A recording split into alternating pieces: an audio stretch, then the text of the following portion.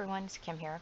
I'm making a Thanksgiving card here. This is card number 16 using the Tangelo Basil cardstock, and that's cut portrait style at 5.5 by 4.25. Then I'm going to put a layer of green and a layer of cream cardstock, which I used my little embossing folder, which is, I totally forgot I had these, and it came out there. They're actually little leaves. I'm not sure if you can see that. So I'm going to go ahead and add that green layer. This is not a real bright green. It's kind of a darker green, which I like. The green and the gold together are fabulous. And I cut that out at a little under 5.5 by 4.25. I did this layer as 4 by 5.25. And I'm going to add some jute and some, my mind's eye, indie baker's twine to it.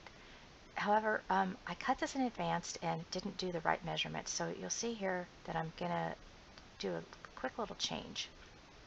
My plan was to wrap it around and tie a bow, and that's where I discovered that it was cut too short. Even though I tried to move it over and line it up a little bit, it just wasn't going to happen for me. So you'll see here in a minute. I'm going to pause the camera and go ahead and get my bow tire out. And I'll be right back. Here I am. Alright, so I'm going to put the ATG on the front and go ahead and just layer those 3 twine colors or the you know what I'm saying, baker's twine, and I'm just going to adhere it to the back like that. And then I'm going to go ahead and I made a little bow there. You can probably see it underneath that layer of cardstock, and I'm going to just use some glue dots and put the bow on the front.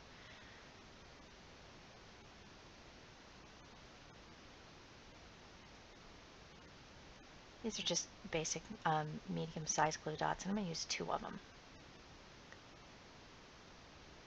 And I'm going to trim those little tails.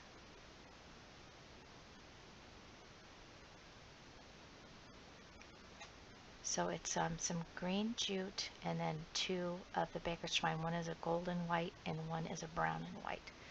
And I altered the twine.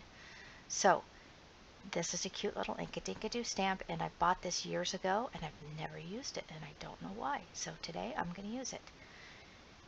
And that's a shape from, and I'll show you in a second, the Spellbinders scallop squares that I cut out, and I will list the 3 colors of distress pens. And I'm just going to color those in with this really pretty gold color, and I have it right here. I'm editing the video and looking at the pen. It's Spiced Marmalade. And then I also used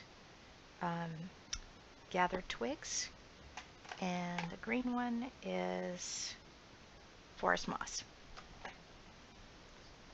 And I have lots of Copic markers, but none that really worked for this type of coloring with the card. I had too many bright yellows and stuff, so that's why I grabbed for the distressings. And there's the Spellbinder dies. If anybody's wondering, why is she voice editing?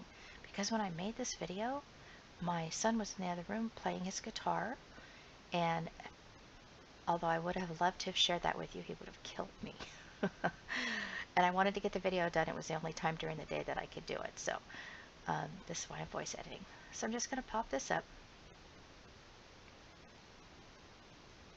And I'm going to put some strips on there using up my leftovers of my Pop Dots. And put that right on the card. Now this card looks like, you put a lot of time into it, but really it was a very simple, a couple die cuts, some stamping, a little bit of layering, and a little bit of embossing. I love those embossing folders. I got a bunch of them, collecting them, over the years, and I just forget that I have them. So I'm going to be using those for a little bit. They look good for layouts too, if you want to, do a photo mat and you want to do some embossing at the edge of it or something. Now these are Recollection crystal blingy blings, and I went ahead and used the what did I call that? The forest moss, and colored them because I didn't have any of that color of green bling. And it sure comes in handy that you can do this.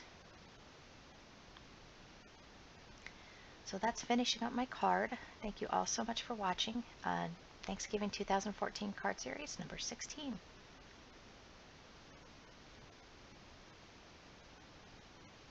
Just making some final touches here. There it is. Thanks so much.